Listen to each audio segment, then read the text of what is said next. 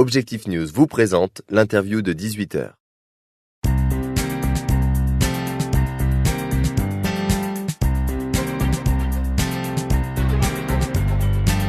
Bonsoir à tous, bienvenue sur objectivenews.tv. Nous sommes en compagnie de Rudy Seco, président de Midi Capital. Bonsoir. Bonsoir.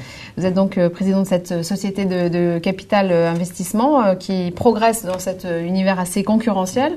Midi Capital a la particularité à la fois de collecter de l'épargne et de réinvestir les fonds dans les PME plutôt régionales.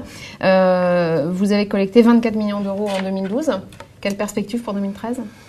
Alors, c'est une belle performance sur 2012 puisque le marché de la collecte de fonds en France décroît d'une vingtaine de %. Donc, on a fait plus 5%. Ce qui en raison de l'environnement fiscal et du coût de rabot que notre gouvernement a décidé de passer en fait sur ce qu'on appelle les niches fiscales et l'investissement dans les PME de manière générale.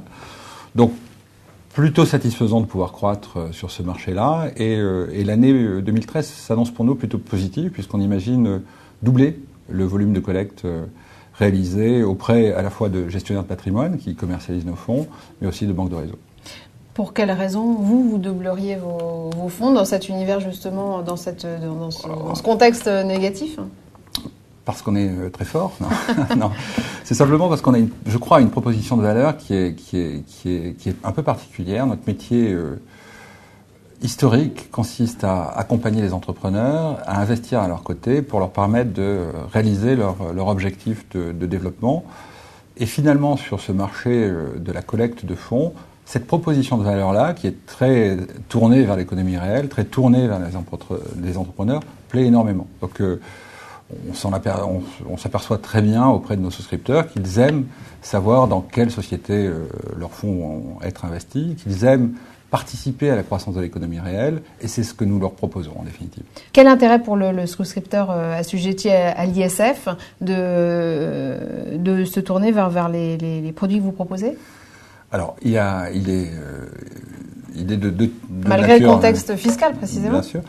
D'abord parce qu'un investisseur assujetti à l'ISF va pouvoir déduire de son impôt 50% de son investissement, ce qui est une déduction fiscale très importante dans le contexte actuel. Donc ça conserve un intérêt. Ça conserve un intérêt très fort à la date d'aujourd'hui. On ne sait pas ce que demain nous réserve, mais à la date d'aujourd'hui, la déduction fiscale est très importante. Premièrement. Et puis deuxièmement, on lui offre la possibilité réellement de participer à l'économie locale, de participer à l'économie réelle, ce qui est finalement assez unique en France, puisque de nombreux produits vont vers d'autres sujets.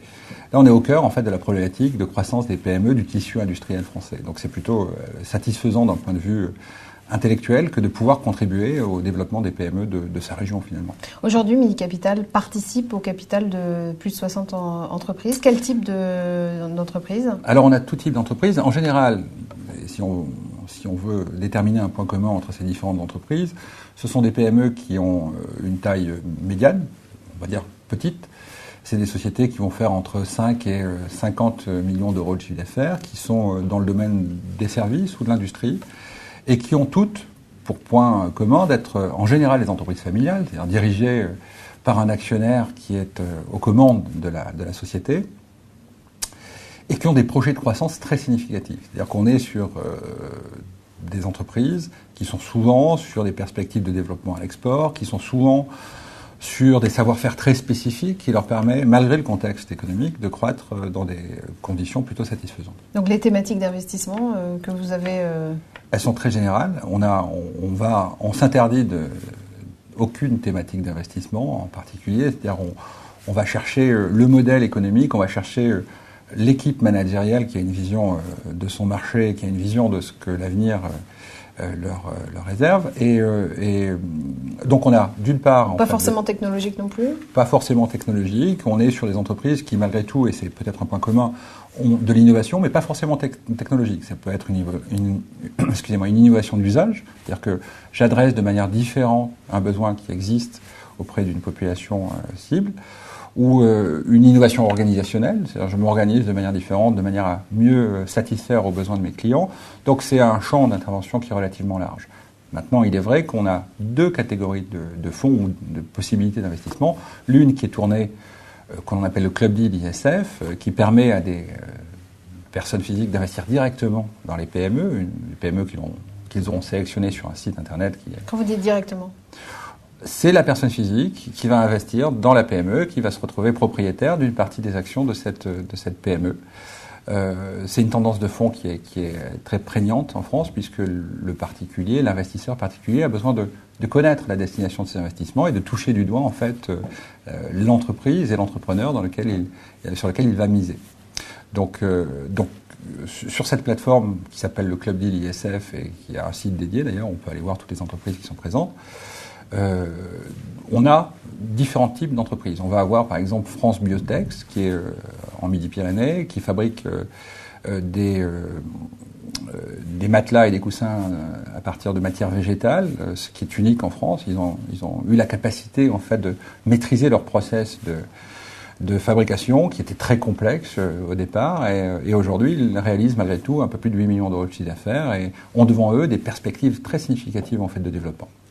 Donc, ça peut être France Biotex, ça peut être aussi une société qui va fabriquer des produits pour protéger les pommes et les pommes de terre. C'est une société qui s'appelle Xeda, qui est leader mondial en fait ce qu'on appelle des produits post-récolte, qui permet de maintenir la qualité des fruits et des légumes. Donc voilà, un champ d'intervention très large avec des PME qui sont soit dans le domaine de l'industrie, soit dans le domaine des services. Ça, c'est le Club Deal.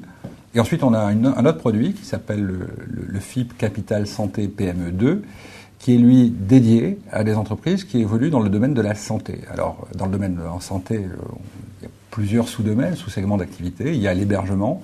On parle ici, par exemple, d'une société comme Omega, qui est en Midi-Pyrénées, qui dispose de 17 établissements et qui a encore une belle profitabilité, propriétaire de ses actifs d'exploitation, ce qui est un gage, entre guillemets, de sécurité. Mais on va parler aussi d'une société comme MedTech, qui, elle, évolue en fait dans le domaine du medical device. MedTech, alors pour la petite histoire, le chef d'entreprise, le PDG de MedTech a été élu parmi les 4 personnes les plus innovantes dans le monde et a fait l'objet de tous les 20 heures de France notamment, et actuellement avec Fleur Pellerin en Asie pour présenter sa technologie à des acheteurs de ce pays émergé.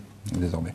Dans ce contexte de crise, est-ce que vous diriez, Rudy Seco, que la problématique des entreprises est une problématique de fonds propres et de trésorerie, ou d'accès au crédit, ou une problématique de santé réelle, à partir d'un indicateur de marge notamment? Alors effectivement, c'est difficile d'un point de vue statistique, macroéconomique, la France ne souffre pas de credit crunch. Ce qui est vrai en revanche, c'est que les banques, sous l'effet d'une certaine réglementation, sont un peu plus sélectives dans le choix des entreprises qu'elles souhaitent accompagner. Ça, c'est un fait. En revanche, notre sentiment aujourd'hui, c'est que la France, si on la compare à d'autres pays, souffre où les PME françaises souffrent d'un différentiel de marge moins fort, donc d'une capacité d'autofinancement qui est un peu plus faible que, par exemple, les PME allemandes. Pour des raisons diverses et variées, on peut parler notamment d'une faiblesse en matière d'investissement, donc en matière de recherche et développement dans certains cas.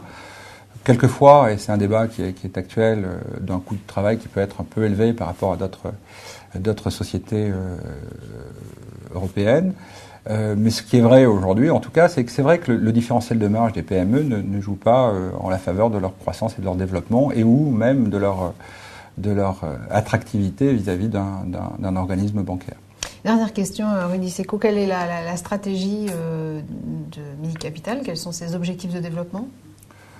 On va continuer à croître. On a bien grandi depuis notre création et notre reprise en main en 2005. On a malgré tout levé plus de 120 et bientôt à la fin de l'année 160 millions d'euros qu'on a réinvesti dans 85 PME. Je ne sais pas si on l'a dit, mais ces PME réalisent aujourd'hui plus d'1 milliard d'euros de chiffre d'affaires, emploient plus de 8600 personnes et ont créé 2600 emplois. Donc c'est très satisfaisant pour nous. C'est finalement au fond quelque part une des finalités de notre métier que de collecter de l'épargne pour le réinvestir dans ces PME-là. Et finalement, notre société en tant que telle continue à se développer. On a ouvert un bureau récemment à Barcelone avec une équipe très dynamique. On a renforcé notre bureau à Marseille, on a renforcé notre bureau à Nice. On a recruté quelqu'un pour se développer sur l'Aquitaine. Et on Donc envisage vous êtes basé à Toulouse, mais vous n'êtes pas une entreprise régionale. On est une entreprise toulousaine et on est très heureux de pouvoir le revendiquer parce que c'est vrai que ça fait plaisir d'être dans cette région-là. On est très attaché à notre région, mais pour autant, effectivement, on est une entreprise de croissance qui se développe en fait sur ce que l'on juge être opportun en matière d'investissement. Donc on est à la fois sur Paris, on vient d'ouvrir aussi sur Paris, et c'est Midi Capital finalement, cette dynamique de croissance, cette dynamique d'investissement, et c'est une dynamique plutôt positive. Merci Rudy Seco. Merci.